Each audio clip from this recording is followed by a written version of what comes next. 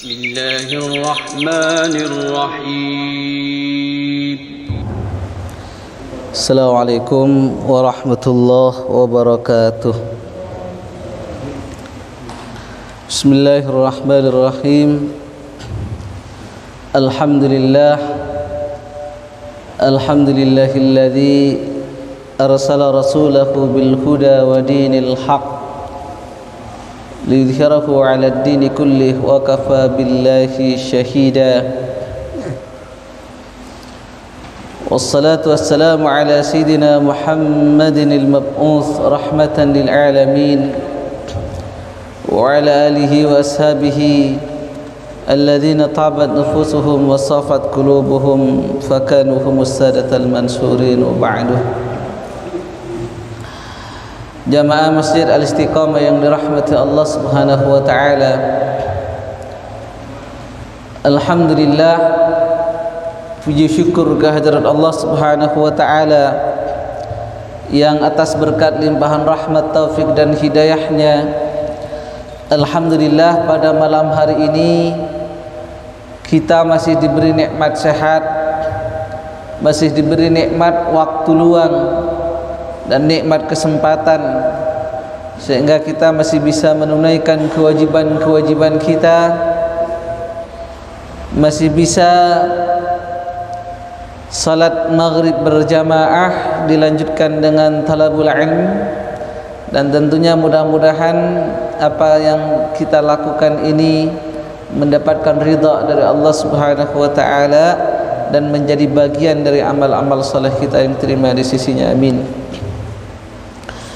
Salatullah wa salamuhu, semoga tetap tercurah limpahkan kehadiran junjungan kita Nabi besar Muhammad sallallahu alaihi wasallam dan seluruh keluarganya, sahabat-sahabatnya serta orang-orang yang mengikuti beliau sampai hari kiamat nantinya. Pada pertemuan terakhir kita dulu sudah sampai di Fathu Mekah, ya, atau penaklukan kota Mekah. Maka pada kesempatan kali ini kita langsung akan membahas tentang perang Hunain atau Ghazwatu Hunain. Nah, sebagaimana yang kita ketahui bersama bahwa ketika Nabi sallallahu alaihi wasallam menaklukkan kota Mekah, ya, dan kemudian ketika itu banyak sekali dari orang-orang Quraisy Mekah yang kemudian mereka berbaiat dan masuk ke dalam Islam. Nah, ini yang dilukiskan oleh Allah di dalam surah An-Nasr itu. Idza jaa nasrullahi wal fath wa ra'aitan nasa yadkhuluna fi dinillahi afwaja. Jadi ketika sudah datang pertolongan Allah Subhanahu wa taala dan manusia masuk ke dalam agama Islam ini, agama Allah ini dengan berbondong-bondong, mereka melakukan baiat kepada Nabi sallallahu alaihi wasallam. Nah, ketika kemudian Makkah ini sudah jatuh ke tangan kaum muslimin, maka ketika itu orang-orang Taif sudah menyiapkan pasukannya, ya, yang dipimpin oleh Malik bin Auf, pimpinan suku Hawazin. Jadi di Taif ini ada dua suku besar, yang pertama Saqif, yang kedua Hawazin. Dua suku ini kemudian sudah menyiapkan pasukan yang sangat besar untuk kemudian menyerang Nabi sallallahu alaihi wasallam. Dan bahkan orang-orang Taif ini untuk memotivasi mereka di dalam berperang itu, mereka membawa hampir seluruh harta yang dimilikinya, dan bahkan juga membawa anak-anak mereka, membawa perempuan-perempuan mereka dan istri-istri mereka, keluarga-keluarga mereka. Maksudnya apa? Untuk menjadi motivasi, ya, mereka di dalam berperang, bahwa yang mereka pertahankan itu bukan hanya Taif, tapi juga mempertahankan harta mereka, mempertahankan keluarga-keluarga mereka. Oleh karenanya kemudian ketika Rasulullah sallallahu alaihi wasallam mendengar kabar tentang pergerakan pasukan Taif ini, maka Rasulullah sallallahu alaihi wasallam kemudian juga bersiap sedia untuk kemudian menghadapi perang ini. Oleh karenanya kemudian terhimpun pasukan di sisi Rasulullah sallallahu alaihi wasallam itu sekitar 12.000 pasukan, ya. 12.000 pasukan itu 10.000 pasukan yang dibawa oleh Nabi sallallahu alaihi wasallam dari Madinah, dan ditambah 2.000 pasukan dari orang-orang yang baru masuk Islam. Jadi dalam perang Hunain ini banyak sekali dari sebagian dari para mu'allaf yang baru masuk Islam, ya. Oleh karenanya nanti di dalam pembagian harta ghanimah ini Rasulullah sallallahu alaihi wasallam juga banyak memberikan bagian-bagian kepada orang-orang Quraisy ini. Ya, karena memang orang-orang yang masuk Islam dalam Fathu Mekah ini kebanyakan mereka al-mu'allafatu qulubuhum. Masih mu'allaf itu sebenarnya bukan istilah bagi orang yang baru masuk Islam, ya.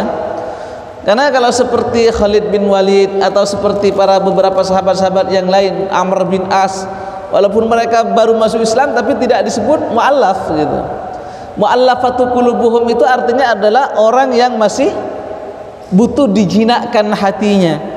Jadi karena ketika itu Mekah jatuh, ya, takluk di bawah kekuasaan kaum muslimin, maka kebanyakan dari penduduknya kemudian mereka masuk Islam, cuman masih belum sepenuh hati gitu, ya.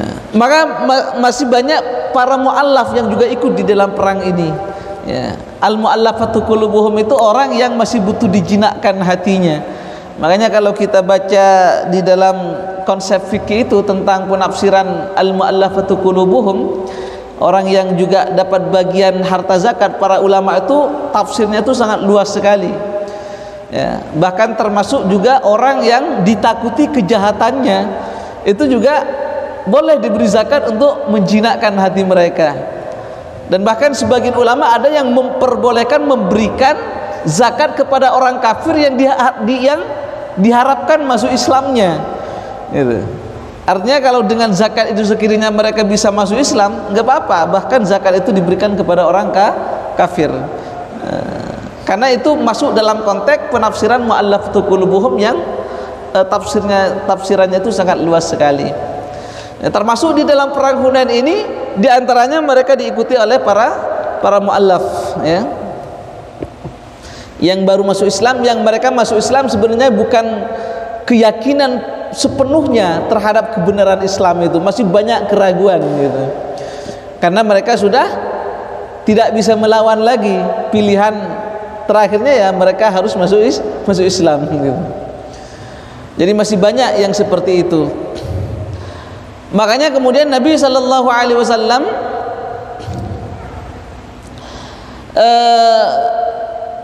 menyiapkan pasukan, dan beliau itu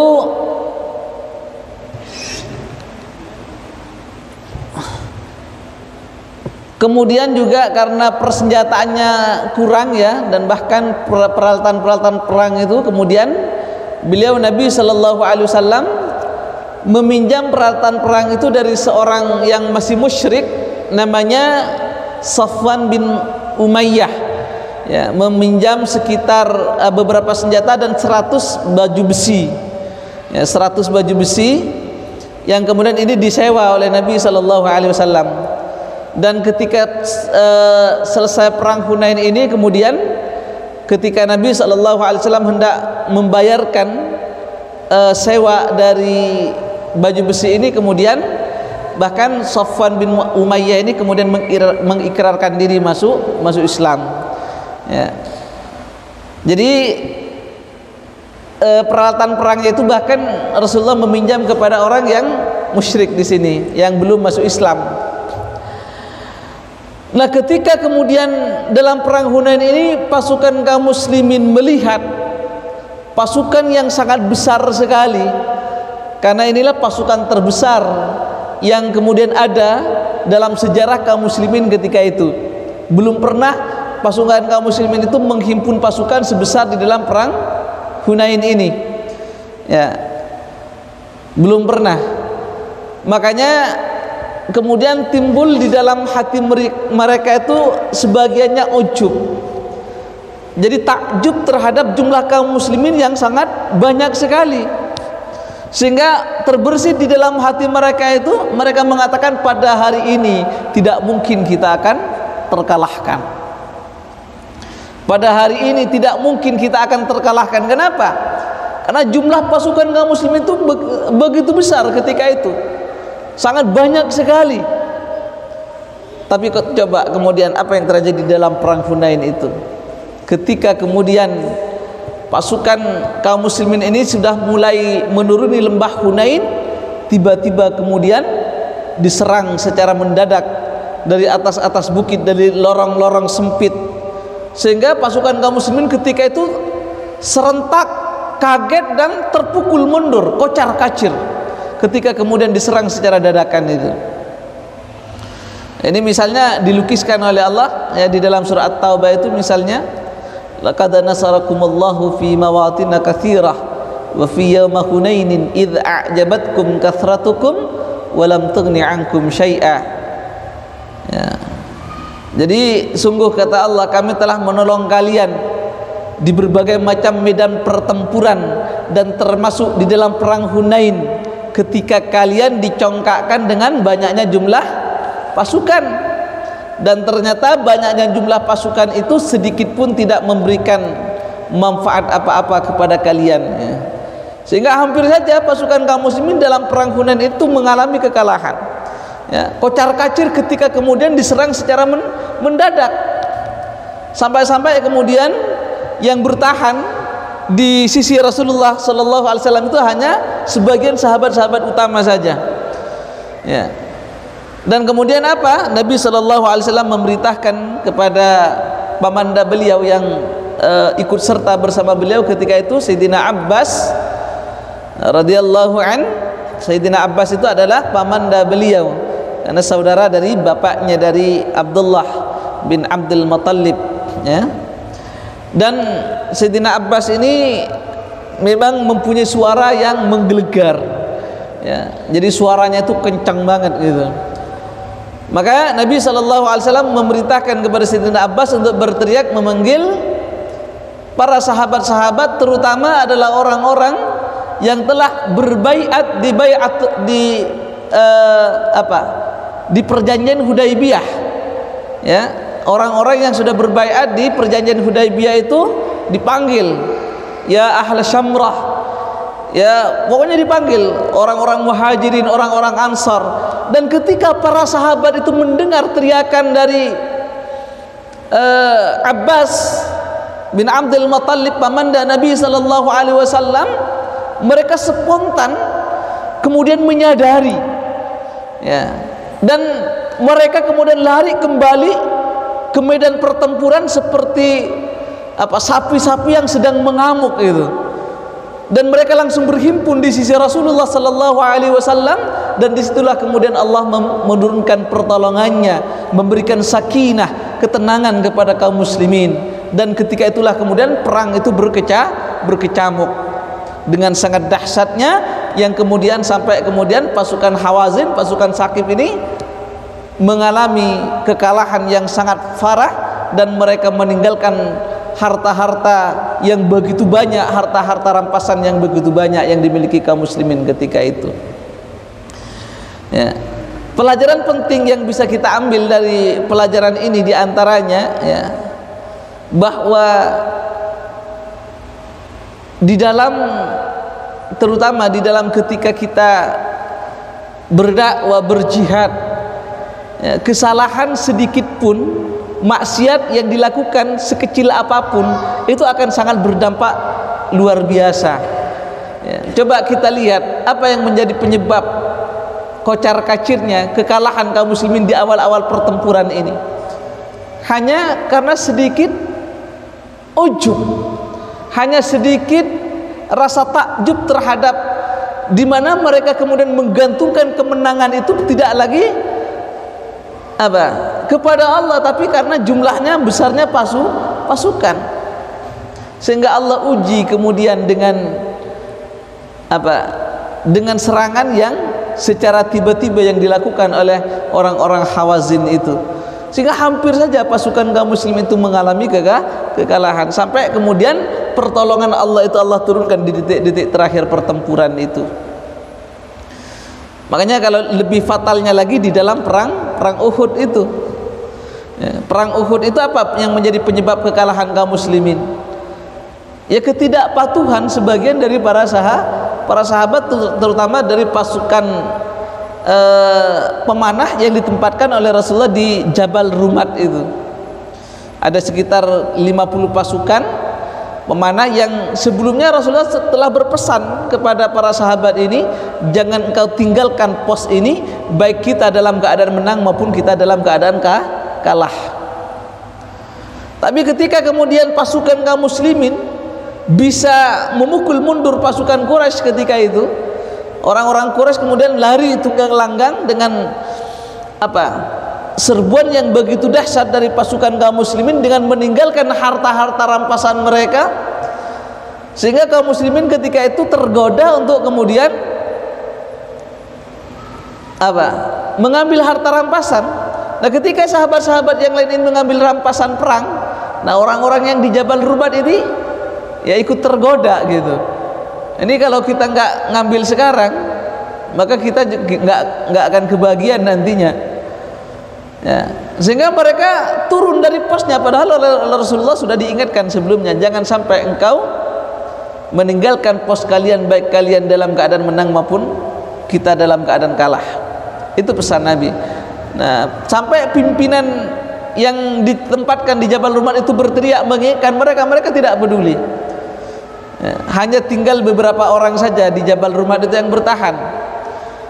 Itu sekitar 5 orangan kalau tidak salah itu. Sehingga ketika kemudian Khalid bin Walid ketika itu masih kafir ya, di dalam perang Uhud itu masih belum masuk Islam. Khalid bin Walid itu masuk Islam ketika sudah hampir Fathu Mekah setelah perjanjian Hudaibiyah. Ya, melihat di Jabal Rumat itu kosong, ditinggalkan, maka beliau langsung muter balik dan kemudian menyerang pasukan kaum muslimin dengan pasukan kavaleri mereka, pasukan berkudanya dari belakang, sehingga kocar kacir pertahanan kaum muslimin ketika itu, dan itu yang menjadi penyebab kekalahan kaum muslimin dalam perang Uhud itu. Apa penyebabnya? Kemaksiatan yang dilakukan oleh sebagian para sahabat, ketidakpatuhan terhadap perintah Nabi sallallahu alaihi wasallam. Maka begitu juga di dalam perang Hunain ini patut menjadi satu pembelajaran ya. Rasa takjub, rasa ujub terhadap banyaknya jumlah pasukan ini yang kemudian disindir oleh Allah di dalam surah At-Taubah ini. Idz a'jabatkum kathratukum wa lam tughni ankum syai'a.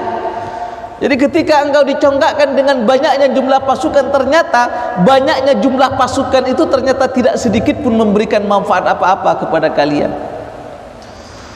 Sehingga lari tunggang langgang para sahabat itu ketika diserang secara mendadak, dihujani batu-batu dari atas, panah-panah dari atas itu, sampai kemudian Allah memberikan ketenangan, sakinah ke dalam hati mereka melalui panggilan dari Abbas bin Abdul Muttalib pamanda Nabi sallallahu alaihi wasallam. Baru mereka berhimpun kembali dan kemudian menyongsong musuh ya dengan semangatnya, sampai kemudian berhasil memukul pasukan Taif ini mundur ke belakang dengan meninggalkan harta-harta mereka, meninggalkan ghanimah yang sangat banyak sekali dan tawanan-tawanan perang ya, di antara perempuan-perempuan yang ditinggalkan yang menjadi tahanan kaum muslimin ketika itu. Nah, ketika kemudian Hawazin mundur ini, ya. Kemudian pasukan kaum muslimin menyongsong mereka, dan pasukan Taif ini bertahan di benteng-benteng mereka, ya, sambil melakukan serangan-serangan.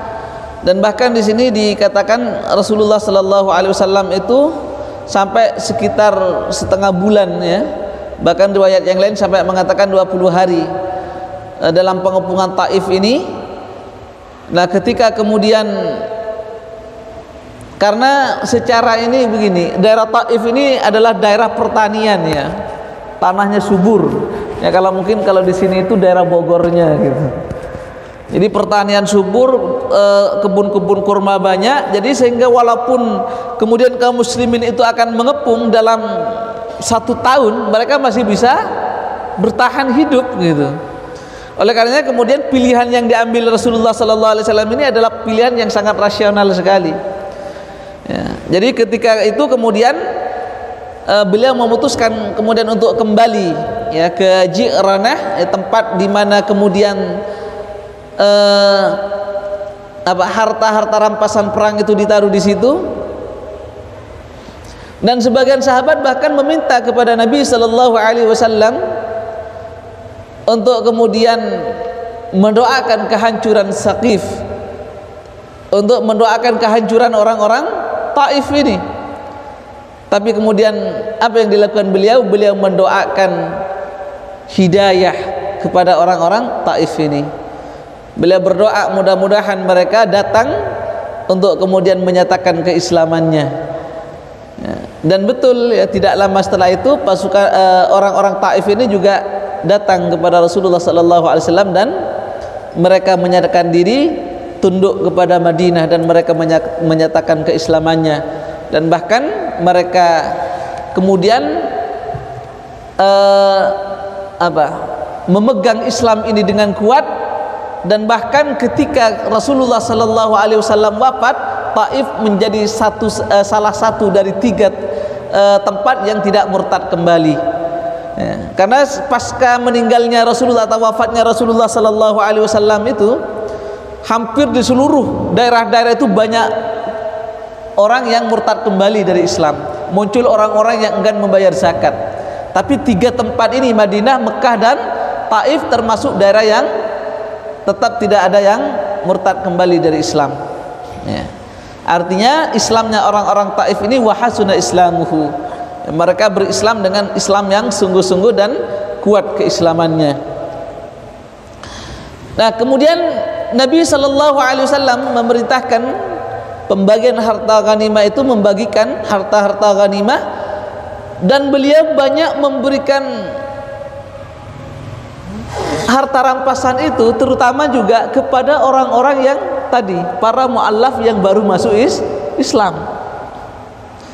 Dan bahkan orang-orang Ansar yang menjadi kunci utama dalam kemenangan kaum muslimin dalam perang Hunain itu sebenarnya adalah, salah satunya adalah pasukan Ansar yang begitu gigihnya mematahkan serangan-serangan itu. Karena orang-orang Ansar ini adalah orang-orang yang terbiasa mereka berkebun kurma. Mereka itu terbiasa naik turun pohon-pohon kurma, sehingga ketika kemudian mereka dihujani serangan-serangan dari atas ini, orang-orang Ansar ini yang kemudian berhasil menembus pertahanan orang-orang Hawazin ini dengan memanjat tebing-tebing, ya. Ternyata di dalam perang Hunain ini mereka kemudian oleh Rasulullah tidak diberi bagian, sampai kemudian muncul desas-desus, ya. Rasulullah sudah kembali kepada kaumnya, Rasulullah sudah menemukan kaumnya. Nah, oleh karenanya bisik-bisik yang seperti itu, kemudian Rasulullah Sallallahu Alaihi Wasallam mengumpulkan orang-orang Ansar ini, ya. Apa yang disampaikan oleh Nabi Sallallahu Alaihi Wasallam? Ya ma'syaral ansar, ya. Dikumpulkan di satu tempat ini sahabat-sahabat Ansar semuanya. Maqala tabalaghtani ankum alam atikum dalalan fahadakum Allah bi wa kuntum mutafarriqin fa'allafakumullahu bi wa kuntum 'alatan fa'aghnakumullahu bi kullama qala lakum min dzalika syai'an qalu bala Allah wa rasuluhu amnan wa afdal. Ya.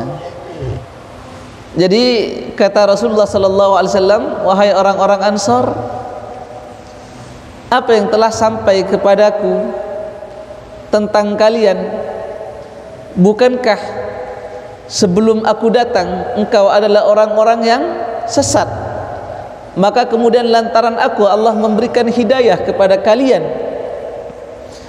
dan bukankah kata Rasulullah kalian sebelumnya adalah orang-orang yang berpecah belah, yang saling bermusuhan antara satu dengan yang lainnya, kemudian Allah menyatukan kalian lantaran aku, fa'allafakumullahu bi.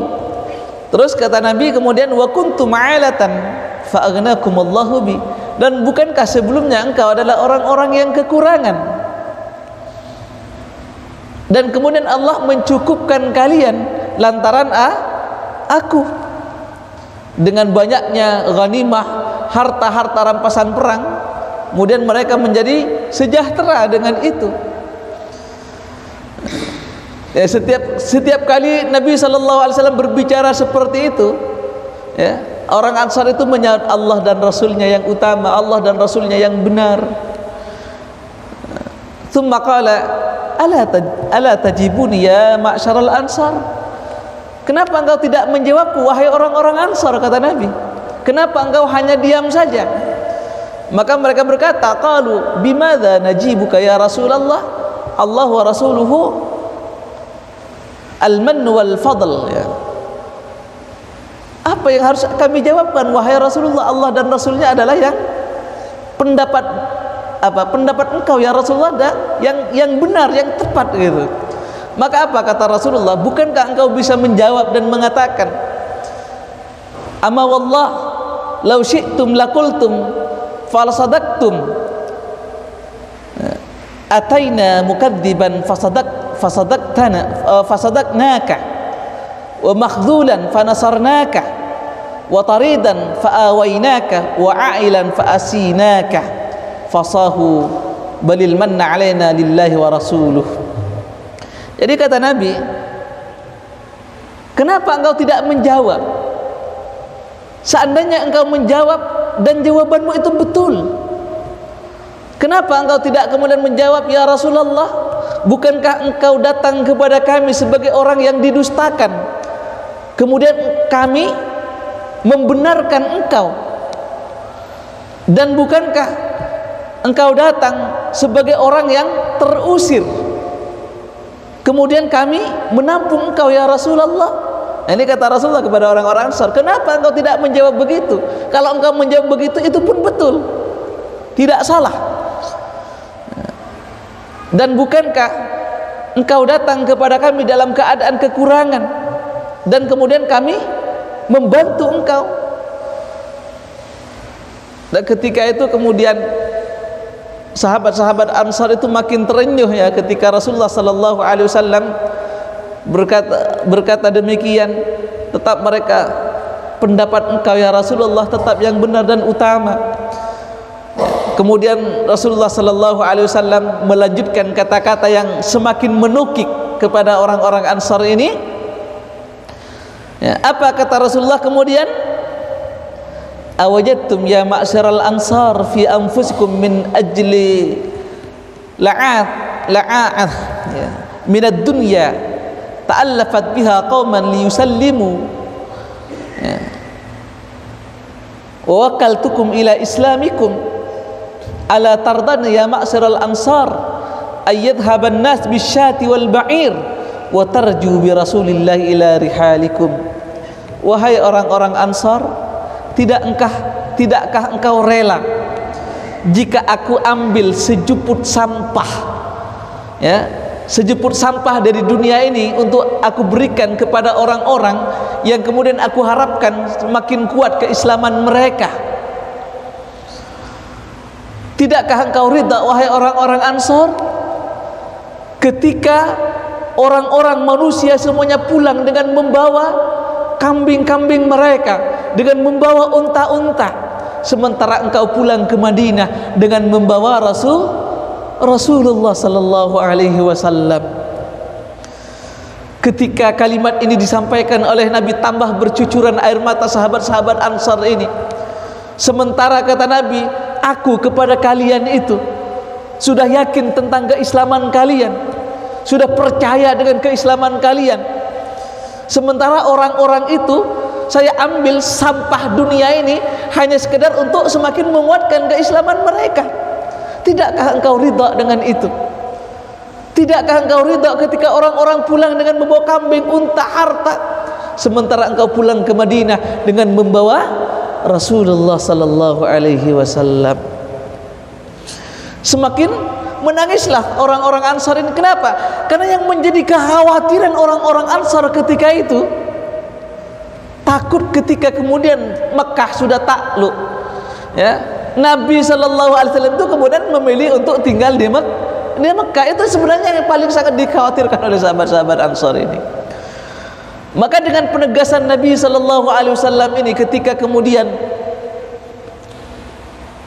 mereka dikumpulkan, sadarlah mereka bahwa, dan kemudian mereka mengatakan, ya Rasulullah, kami rela dengan bagian yang engkau berikan kepada kami. Kami rela dengan bagian kami adalah engkau, membawa engkau pulang kembali ke Madinah. Dan bahkan Nabi SAW tidak sampai di situ. Beliau kemudian mengatakan, fa wallah lama tanqalibuna bihi khairum mimma yanqalibuna bihi walladhi nafsa Muhammadin biyadihi laula al-hijra lakuntu umara'an minal ansar walau salakan nasu syu'ban wa salakatil amsar syu'ban lasalakat syu'bal ansar wa innakum lasatalquna atharatan min ba'di fasbiru hatta talquni 'alal hud.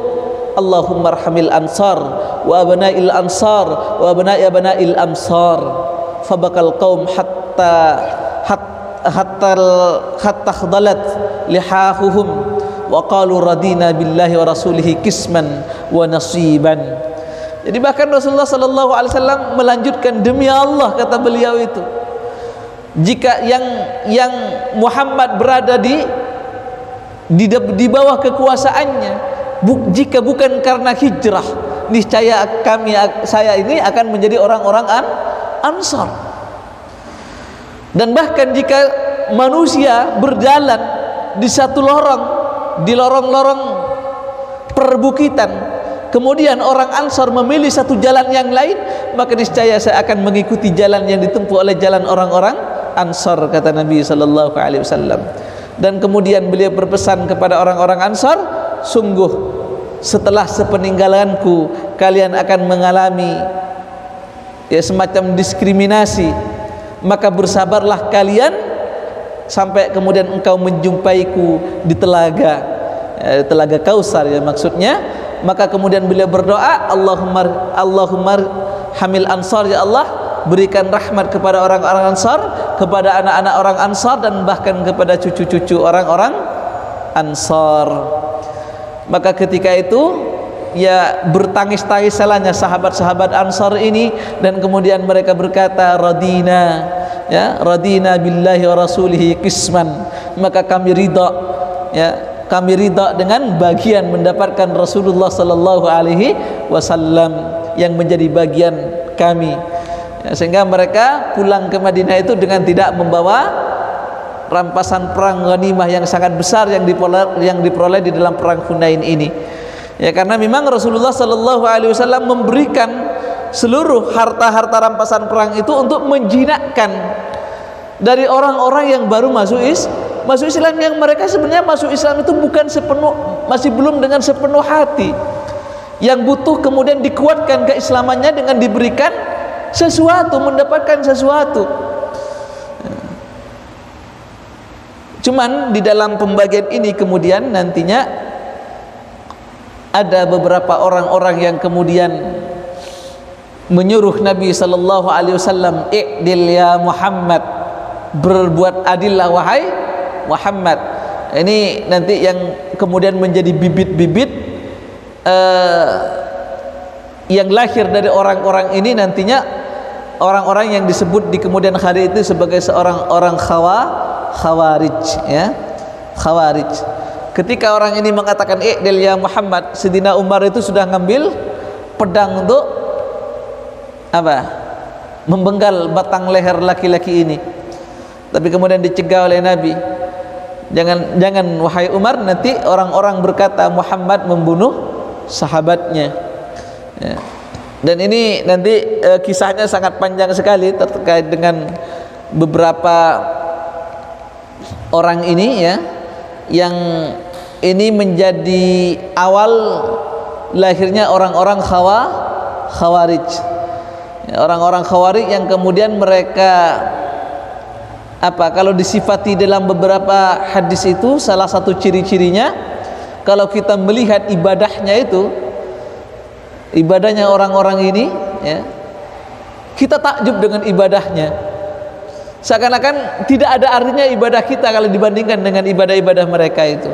Mereka khusyuk di dalam ibadah itu luar biasa.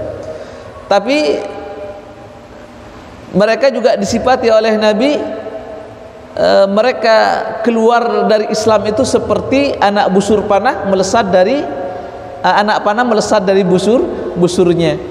Ya, mereka membaca Al-Quran tapi tidak sampai ke hatinya, ya, sampai di kerongkongannya saja. Dan orang-orang ini yang kemudian tumbuh besar itu pada masa-masa kepemerintahan Ali bin Abi Thalib, ya, yang dimulai dengan satu peristiwa berdarah terhadap pembunuhan Sayyidina Utsman. Ya, karena memang di dalam banyak hadis itu Rasulullah sallallahu alaihi wasallam sudah mengisyaratkan kepada Ali bin Abi Thalib ini bahwa ia akan menghadapi kaum ini nantinya. Ya. Persoalannya sebenarnya karena memang pemahaman yang salah terhadap nas-nas gitu. Kalau dulu slogan mereka itu la hukma illa lillah, ya, tidak ada hukum kecuali hukum Allah, ya, kalimatu haqqin yuradu bihil batil. Sebenarnya kalimat yang hak tapi sebenarnya terkandung di dalamnya kebatilan, ya. Tapi kelompok ini yang kemudian diperangi oleh Sayyidina Ali, teman sebagiannya juga bertaubat, ya, ketika kemudian dikirim oleh Sayyidina Ali itu Abdullah bin Abbas untuk mendakwahi mereka. Dan ini nantinya, ya, mungkin pembahasan panjangnya terkait dengan kelompok ini nantinya kalau kita membahas tentang perjalanan khalifah-khalifah yang 4, ya, di antaranya ketika masa pemerintahan Ali bin Abi Thalib kelompok ini membesar, ya, karena kelompok ini yang kemudian menjadi pemicu lemahnya pasukan Ali bin Abi Thalib gitu. Karena pasukan ini yang kemudian sangat ngotot di dalam perang Siffin itu kan, ketika pasukan Ali bin Abi Thalib menghadapi pasukan Muawiyah bin Abi Sufyan. Ini masa-masa paling mengironikan di dalam sejarah Islam itu. Ya, ketika pasca pembunuhan Sayyidina Utsman itu kan, di mana meletus perang Jamal. Perang Jamal itu antara Sayyidah Aisyah, Zubair bin Awam, Talha itu bergabung dalam satu pasukan memerangi Sayyidina Ali dalam perang Jamal, ya. Dan selepas dari itu tidak lama juga meletus perang Siffin. Perang Siffin itu antara Sayyidina Ali dengan Muawiyah bin Abi Sufyan. Makanya kalau kita membaca sejarah pada masa-masa ini kita harus banyak hati-hati banget mengambil referensi, karena memang terkadang penulis sejarah itu condong kepada salah satu kelompok-kelompok ini, padahal di dalam kita semuanya para sahabat sebenarnya. Jadi mereka itu melakukan dengan ijtihad mereka. Makanya nanti insyaallah kita bahas di kemudian hari, ya, insyaallah mudah-mudahan kita sampai ke sana nantinya pembahasannya.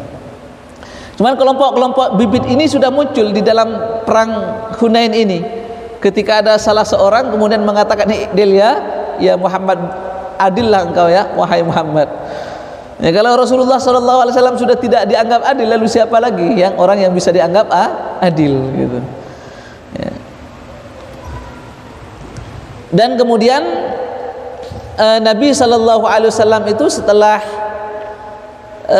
pembagian harta rampasan itu, kemudian beliau masih sempat menunaikan ibadah umrah ya, dengan mengambil mikot dari Ji'ranah. Makanya Ji'ranah itu sekarang juga menjadi bagian dari jamaah haji, atau kalau jamaah umrah kalau mikot. Sudah isya belum? Jadi mikot itu bisa dari Ji'ranah juga. Ini salah satu yang memang dilakukan oleh Nabi ketika selesai di dalam perang Hunain itu. Beliau mengambil mikot itu dari Ji'ranah.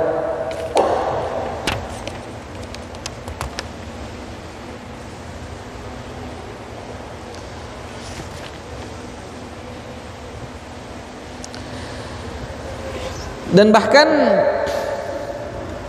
ketika pembagian harta rampasan ini, bahkan ada beberapa orang yang sampai itu menarik-narik selendang Rasulullah, dan bahkan sampai Rasulullah itu sempat lecet di bagian lehernya ini karena ditali oleh seorang badui ya. Orang badui ini orang pedalaman ya. Jadi orang pedalaman itu memang dari sisi etika mereka kurang punya etika. Tapi Rasulullah Sallallahu Alaihi Wasallam tidak marah itu. Ketika mereka orang-orang Badui itu kemudian meminta bagian harta rampasan kepada Nabi Sallallahu Alaihi Wasallam dengan menarik selendang beliau, sampai di sini dikatakan ada lecet ya. Tapi Rasulullah Sallallahu Alaihi Wasallam faltafata ilaihi fadhahika. Jadi Rasulullah hanya senyum saja menghadapi orang Badui itu. Ya, karena orang Badui ini memang nggak punya attitude itu. Dan bahkan pernah juga ketika Rasulullah khutbah itu, mereka langsung memotong khutbah Nabi Shallallahu Alaihi Wasallam dengan bertanya. Itu orang Badui itu seperti itu. Cuman banyak sekali hadis-hadis itu menjadi hadis mutawatir lantaran kelakuan orang Badui ini. Ini salah satunya ketika Nabi Shallallahu Alaihi Wasallam menjelaskan tentang kiamat itu.